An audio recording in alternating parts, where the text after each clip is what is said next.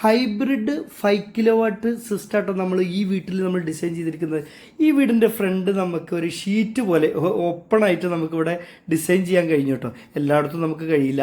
Okay, ഏതായാലും ഇവരുടെ metre ഭാഗം നമ്മൾ ചെയ്തിരിക്കുന്നത് ഇപ്പം നമ്മൾ എനർജി മീറ്ററാണ്, എക്സ്പോർട്ടിംഗ് മീറ്റർ മാത്രം. അത് ഭാവിയിൽ ഇവർക്ക് ഒരു ലിഥിയം സ്റ്റോറേജ് ഇപ്പോൾ നമ്മൾ വെച്ചിട്ടില്ല, അത് വെക്കുമ്പോൾ നമ്മൾ ആ ഒരു എനർജി മീറ്റർ നമ്മൾ ചേഞ്ച് ചെയ്യേണ്ടതുണ്ടാവും.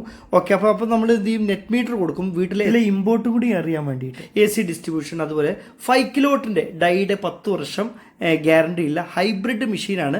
ഇപ്പോൾ ഇനി ഇവർ ഭാവിയിൽ ഒരു ലിഥിയം 5.1 സ്റ്റോറേജ് 48 അത് റാക്കായിട്ട് നമുക്ക് ഡിസൈൻ ചെയ്യാം കേട്ടോ. കറണ്ട് വേണോ ചോദിച്ചാൽ പിന്നെ വേണ്ടാന്ന് തന്നെ നമുക്ക് വേണമെങ്കിൽ പറയാം കേട്ടോ.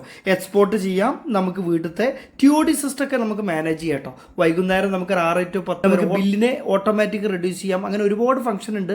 ഇത് നമ്മൾ ചെയ്തിരിക്കുന്നത് നമ്മൾ എറണാകുളം ജില്ല കഴിഞ്ഞ ഉടനെ എരൂര് നമ്മളെ സതീശൻ്റെ വീട്ടിലാട്ടോ ചെയ്തിരിക്കുന്നത്.